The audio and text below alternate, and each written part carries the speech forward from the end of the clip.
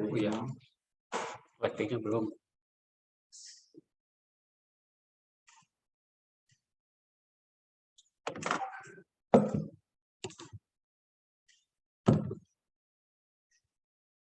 Oke, saya mulai. Bismillahirrahmanirrahim. Assalamualaikum warahmatullahi wabarakatuh.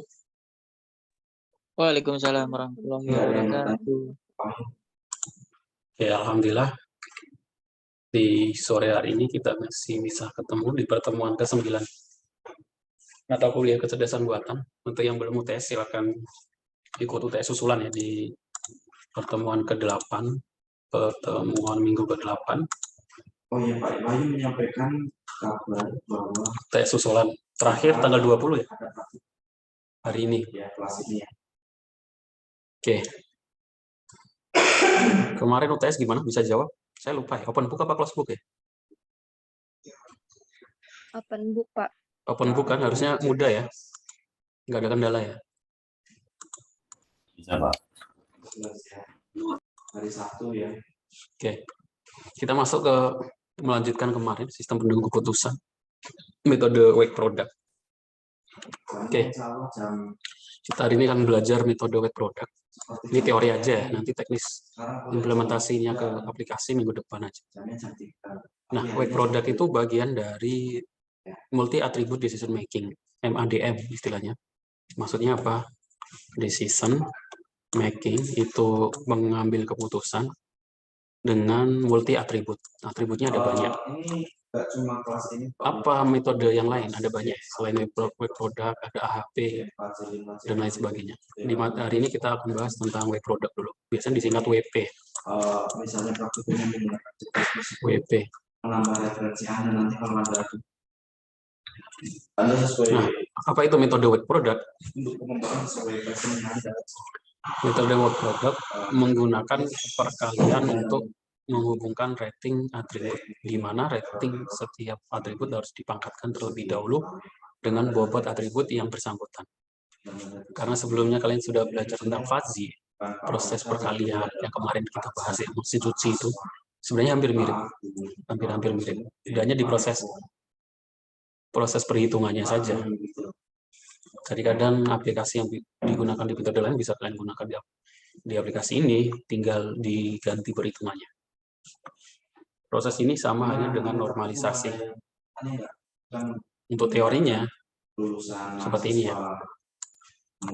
Jadi kalau nggak terbiasa baca rumus mungkin agak susah ya. Tapi ini tetap dibaca, dipahami ya. Karena ini nanti kalau kalian implementasikan di penelitian, ya harus di bab 2 itu kan landasan teori. Landasan teori harus dilampirkan. Saya langsung ke contoh aja. Untuk pendukung keputusan.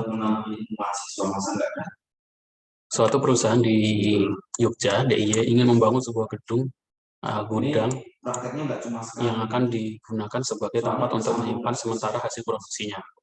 Ada 3 lokasi yang akan menjadi alternatif. Jadi hampir sama seperti tugas yang kemarin, pemilihan pegawai terbaik. Bedanya nanti di perhitungannya. Ini juga menentukan lokasi gudang. Ada 3 lokasi, A1, A2, dan A3. A1 itu dengan plat, ini nama lokasi ya. Nama lokasi untuk calon membangun sebuah gudang. Ada A2 sama A3 di Kalasan dan Kota Gede. Ini lokasinya. Terus ada 5 kriteria yang dijadikan acuan dalam pengambilan keputusan. Kriterianya ada, kita sebut dengan C, C1, C2, C3, C4, dan C5. C1 jarak dengan pasar terdekat, C2 kepadatan penduduk di sekitar lokasi, C3 jarak dari pabrik, C4 jarak yang dengan gudang yang sudah ada, C5 harga tanah untuk lokasi per meter persegi gitu ya. Nah, ini ada dibagi kriteria ini dibagi menjadi 2. Kriteria keuntungan sama kriteria biaya. C2 dan C4 ini kriteria keuntungan. Kriteria biaya C1, C3, C4. Jadi pertama kita tentukan kriterianya dalam sebelum menghitung mana yang akan dijadikan pembuatan gedung. Nah, kriteria itu dibagi 2, kriteria keuntungan sama kriteria biaya. Kriteria biaya itu yang ada hubungannya tentang biaya. Contohnya C1 jarak dengan pasar, terus C3 jarak dari pabrik, C5 harga tanah untuk lokasi. Nah, untuk keuntungan itu benefit ya biasanya. Kriteria benefit itu keuntungan. Ada C2 kepadatan penduduk sekitar sama C4 jarak dengan gudang yang sudah ada.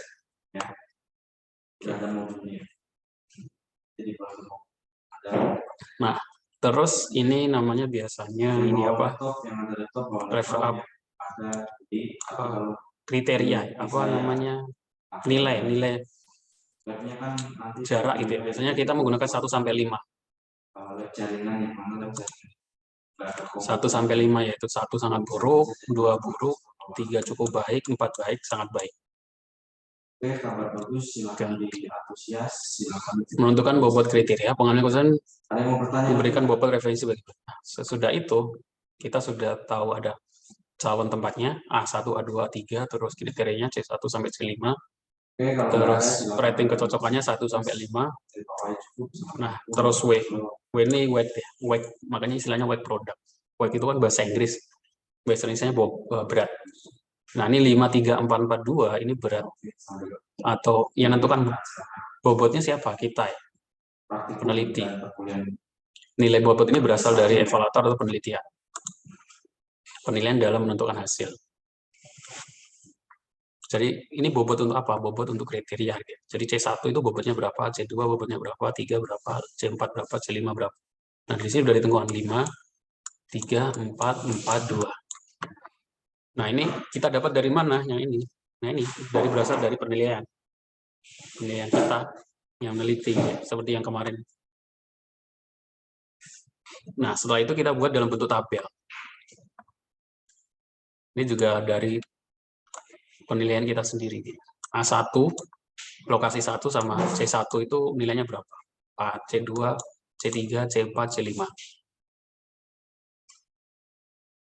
Oke. Sampai sini cukup jelas? Ada pertanyaan?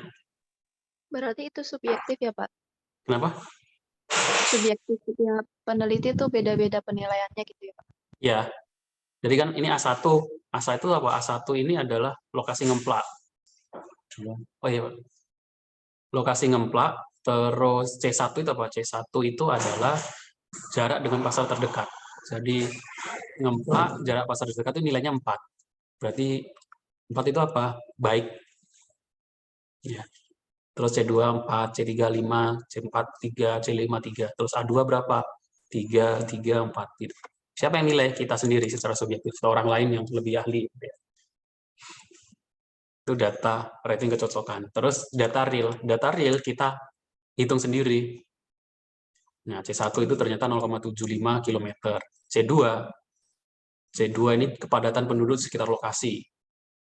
Nah, ini C2 kepadatan penduduk sekitar lokasinya untuk lokasi A1 2000, lokasi A2 1500, A3 20, 2050 dan seterusnya. Ini data real. Oke. Sampai sini cukup jelas? Jelas, Pak. Jelas ya? Dari web product itu seperti dibobot tiap produk. Produk itu kriteria ini dibobotkan. Nah, kalau sudah ketemu, kita masuk ke perhitungannya, yaitu penghitungan bobot. Bobot awal ini dari kriteria itu kita bobotkan. Jadi yang dibobotkan itu apa saja? Kriteria ini juga dikasih bobot, A1, A2 dengan kriteria juga dikasih bobot. Oke. Bobot awal tadi kan 5, 3, 4, 4, 2. Jadi untuk C1 53, W1 5, W2 3, 4, 4, 2. Nah, ini diperbaiki. Bobot ini dihitung atau diganti. Caranya dengan total tadi. Jadi W1 untuk bobot kriteria 1, 5 dari sini dibagi dengan total keseluruhan bobot. 5 dibagi tentang total keseluruhan bobot. Yaitu 5, 3, 4, 4, 2. Jadi 5 dibagi 18. Ini dapatnya 0,2778. Nah, ini nanti kalau di total, totalnya menjadi 1. Dibagi dengan masing-masing bobot. W2 itu nilainya berapa? W2 itu 3. Ini ya, W2. dibagi dengan total keseluruhan 5 ditambah 3 ditambah 4 ditambah 4 tambah 2. Jadi 3 dibagi 18, 0,1667. Dan seterusnya. Nanti akan muncul bobot baru, ya kan? Bobot barunya tadi nanti kalau ditotal menjadi 1. Oke? Jadi perbaikan bobot. Sampai sini cukup jelas? Ada pertanyaan? Jelas. Ada? Belum, Pak. Belum ya? Harusnya diimplementasi kodenya sih bisa juga, karena hampir mirip seperti sebelumnya. Oke. Selanjutnya baru kita hitung hasil akhir ini. Itu vektor S. Vektor S itu apa? Ini dari rumus sih, vektor S itu dari sini. Nah ini. Langkah selanjutnya adalah menghitung nilai vektornya untuk S1, S2, dan S3. Jadi 0,75 dikurangi dengan 0,2 dikurangi dengan bobot. 0,75 itu dapat dari mana? 0,75 ini data real. Data real ini yang tadi. 0,75 2000 0,5 ini data real antar ini tempat A1, A2 dan 3 dikurangi dengan bukan dikurangi dipangkat ini. Ini dipangkat nih. Dipangkat dengan nilai ini bobotnya. Oke. Nah, kenapa ini ada min sama nggak min? Nah, ini. Yang min itu untuk yang keuntungan kriteria biaya C1, C3, dan C5. Kalau kita lihat di sini. Ini nggak dijelasin sih. Nah, C1, C2, C3, dan C5. Jadi kalau kriteria itu biaya yang ada hubungannya sama biaya, maksudnya kalau lebih dikit itu lebih bagus gitu ya. Itu kriteria keuntungan, kriteria biaya. Nah, kalau kriteria keuntungan atau benefit yang kalau lebih kepadatan penduduk lebih besar itu lebih bagus.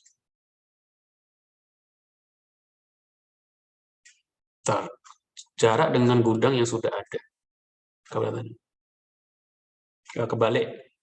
Min itu kalau lebih besar ya. Kalau ini C3 contohnya, jarak dari pabrik semakin kecil harusnya semakin bagus. Nah, kriteria biaya ini kalau semakin kecil dia min. Lewat. Jadi kriterianya nanti dicek apakah dia kriteria biaya atau kriteria keuntungan. Kalau dia kriteria biaya, dia di min, di pangkat min. Makanya di sini, ini kan C1, C2, C3, C4, gitu ya, C5. Menghitung vektor S itu data realnya dipakar ya, diangkat. Ini ya, dikalikan pakar ini apa akar dengan bobotnya. Tapi kalau dia biaya, itu di min. Oke. Terus di total keseluruhan, akhirnya kita dapatkan nilai ini, 2,4, 2,4 sama 17462. Nah, langkah selanjutnya, menghitung vektor V untuk perankingan, untuk mencari nilai yang terbesar. Caranya dengan ini, kayak bobot tadi, nilai itu dibagi dengan seluruh jumlah vektor. Contohnya V1, nilainya adalah 24187 dibagi dengan keseluruhan hasil perhitungan sebelumnya. Nilainya hasilnya adalah 0,3669. Begitu juga FV2, 0,3682. Begitu juga V3, 0,2649. Nah, kalau sudah ini sudah selesai nih. Perhitungannya nggak rumit ya. Makanya banyak yang pakai metode weight product. Nilai terbesar adalah V2. Kita lihat nilai yang paling besar. Sehingga alternatifnya adalah A2. Alternatif yang dipilih sebagai alternatif terbaik untuk membangun gudang. Sehingga yang dipilih adalah lokasi di Kalasan. Oke. Ada pertanyaan? Nggak ada? Supaya lebih jelas. Oh iya, ada nanya? Untuk slide sebelumnya, Pak. Yang ini. Iya, itu dikali apa dijumlah ya, Pak? Ini kan, ini bukan menghitung vektor S. Kita lihat rumusnya. Vektor S. Dimensi W tidak peringkat. Preferensi relatif tidak peringkat.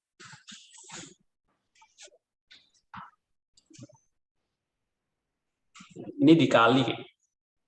Berarti 0,75 pangkat minus itu ntar dikalikan. Oh, ini Ya. ini dijumlah ini. Ini dijumlah. Oh, iya, Dijumlah. Oke.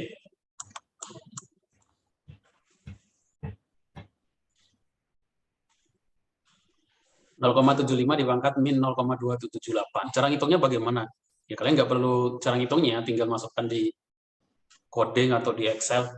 Biasanya kalau kalian di kasusnya penelitian tentang seperti ini, jadi kalian buat dua perhitungan ya, perhitungan manual dengan Excel sama perhitungan dengan program. Nanti dibandingkan hasilnya itu sama atau enggak. Kalau enggak sama, Excel yang jadi pacuan ya, karena Excel kan kita nggak perlu ngoding, tinggal masukkan. Harusnya Excel yang benar. Kalau ada perhitungannya nggak sama, berarti yang di programnya nggak sesuai, harus disesuaikan. Seperti itu. Nah, tugas di rumah. Tugas di rumah silakan supaya lebih paham ya. Minggu depan silakan kalian bawa tunjukkan ke saya. Kalau mampu sih programnya ya. Kalau nggak mampu di Excel aja. Kalau mampu pakai sama programnya sih dapat poin plus. Tugas di rumah, menentukan tempat makan pilihan terbaik yang menjadi alternatif ada 4 makan, yaitu A1, DC, A2 KFC, A3 McD, A4 Ricis. Kriteria ada yang baru masuk. Kriteria digunakan adalah C1 kualitas makanan, C2 harga rata-rata, C3 pelayanan, C4 suasana, C5 jarak. Pengambilan keputusan memberikan bobot realistis sebagai 54322. Kriteria benefit keuntungan C1, C3, C4, sedangkan cost biaya C2, C5. Nah, carilah perbaikan bobot total bobotnya, menentukan nilai vektor S, menghitung nilai vektor yang akan dijadikan preferensi sebagai ranking. Jadi outputnya nanti apa? Outputnya adalah, jadinya kita makan di mana nih? Di DC. DC itu apa ya? Dunkin Donut, KFC, McD, sama Ricis Factory. Tabel penilaian ini suasana, tidak nyaman, 1,5, kualitas makanan, buruk, cukup, baik, harga rata-rata makanan, pelayanan, jarak. Oke. Datanya silakan kalian isi sendiri. Jadi C1 kualitas makanan, DC, KFC, McD, A4 kan nggak ada. Kalian isi sendiri aja. Oke. Izin bertanya lagi, Pak. Ya, silakan. Untuk nilai W-nya itu berarti yang tadi ditentukan dari mana, Pak ya? Yang nilai W ini. Yang di dalam. Yang ini. Pak. Ini tuh ini sesuai keinginan kita. Bobot itu. Berarti diurutkan gitu ya, Pak ya, dari kualitas makanan, harga rata-rata sampai jarak itu diurutkan. Iya. Nilainya. Iya. C1, C2, C3, C4, C5. C1, C2, C3, C4, C5. Baik, Oke, ini ya, oke. Supaya lebih jelas lagi, kalian bisa buka Google Scholar ya. Klik Google Scholar. Lebih bagus lagi nanti ketika ada yang sampai publikasi jurnal ya tentang web product, nggak apa-apa. Ketik aja Google Scholar, kita lihat contoh penelitian tentang web product.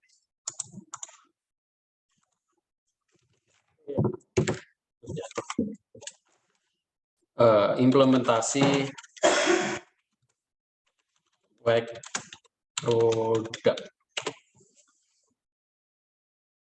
Nah, implementasi metode web product penentuan klasifikasi kelas tunagrahita. Ini metode untuk penentuan mustahik zakat. Implementasi web product untuk mustahik zakat kan sudah sesuai ini ya. Fikih. Implementasi web product untuk mengukur indeks kinerja kepala desa. Implementasi web product untuk penentuan penerimaan karyawan. Simple adaptive weighting dan web product pada sistem pendukung keputusan rekomendasi penerimaan beras sejahtera. Implementasi web product pada sistem pendukung keputusan seleksi calon karyawan BPJS. Nah, saya pilih salah satu ya. Pilih smartphone Android.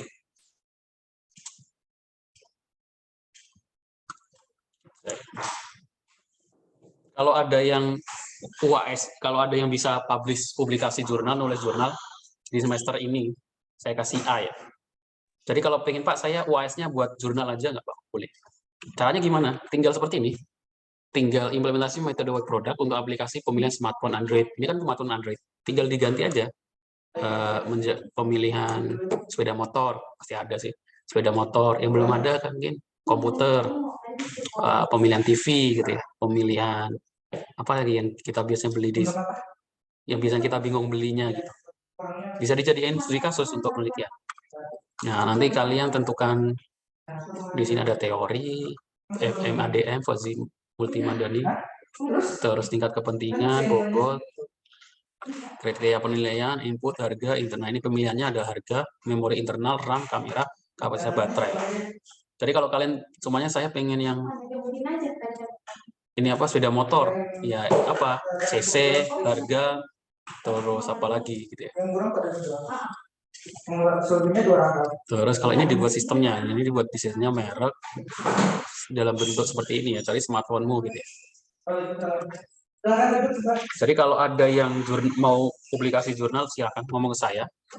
Saya dapat A, langsung dapat A. Publikasinya di mana? Bisa di jurnal kampus, Sigma Pelita Bangsa. Silakan. Karena ini anjuran dari Prodi, kalau bisa mahasiswa itu publikasi jurnal. Jadi kalian bisa nanti download aja template-nya, kalian lakukan penelitian. Udah selesai, seperti itu. Oke, ada pertanyaan? Apa nanti ini materinya diupload di e-kampus gitu? Ya, diupload. Habis ini saya upload. Saya tadi mau ngupload, belum sempat. Oke, ada pertanyaan lagi? Saya mau nanya Pak, yang pangkat minus itu. Yang pangkat minus? Pengen review. Nah, kriteria itu dibagi dua, keuntungan sama biaya. Yang ada hubungannya sama cost, biaya itu di minus. Kalau keuntungan nggak di minus. Ngerti ya? Kalau di jurnal ini pasti dijelaskan sih.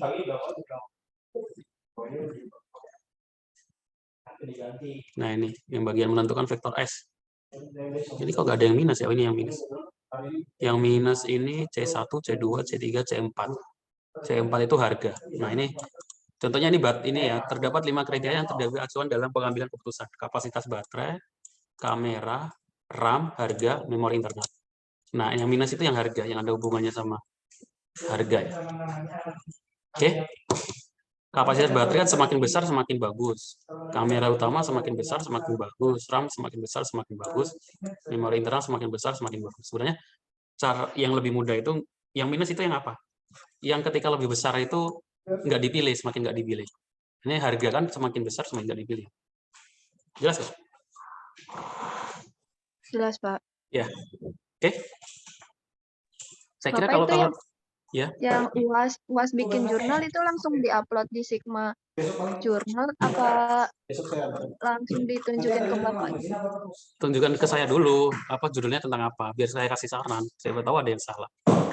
Kalau udah fix, maksudnya saya Pak pengen publikasi jurnal implementasi metode web product untuk pemilihan Pak. Contohnya tadi apa ya?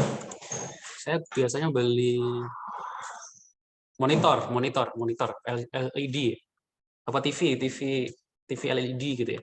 Ya kamu Pak ini LED terus tunjukkan apa kriterianya apa saja. Terus metode yang mau dipakai apa gitu ya. Ini kalau sudah ya udah silakan ditulis dulu dalam bentuk laporan kayak gini, kalau bisa ada programnya. Saya kira program sih banyak ya, tinggal ya di tampilannya. Kalau yang penting paham codingannya, ada flowchart-nya seperti ini.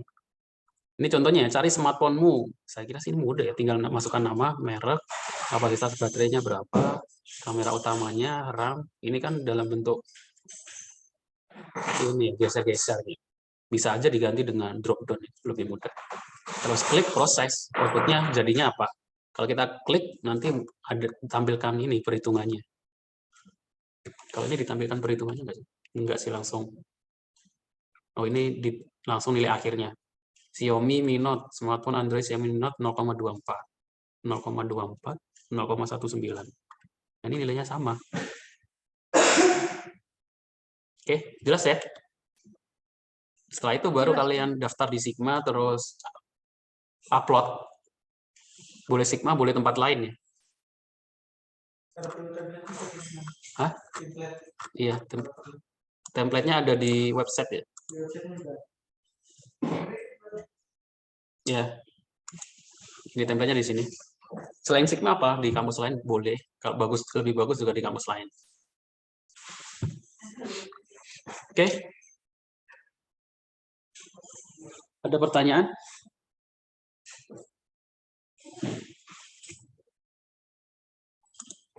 Oh iya, ini boleh kelompok ya. Penelitian itu maksimal 3 orang. Jadi boleh kelompok 3 orang. Oke. Ini kan 3 orang ya.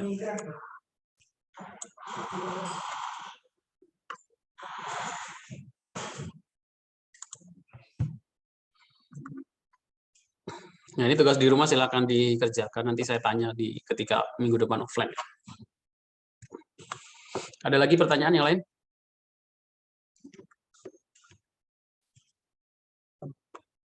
Enggak ada? Aman, Pak, aman.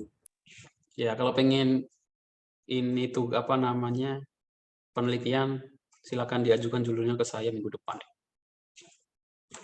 Ada yang baru masuk. Oke, saya akhiri kalau nggak ada pertanyaan lagi. Terima kasih untuk yang sudah datang. Habis ini saya upload di kampus untuk materinya. Oke, saya akhiri. Assalamualaikum warahmatullahi wabarakatuh. Waalaikumsalam warahmatullahi wabarakatuh. Terima kasih, Pak. Terima kasih, Iya, Pak. sama-sama.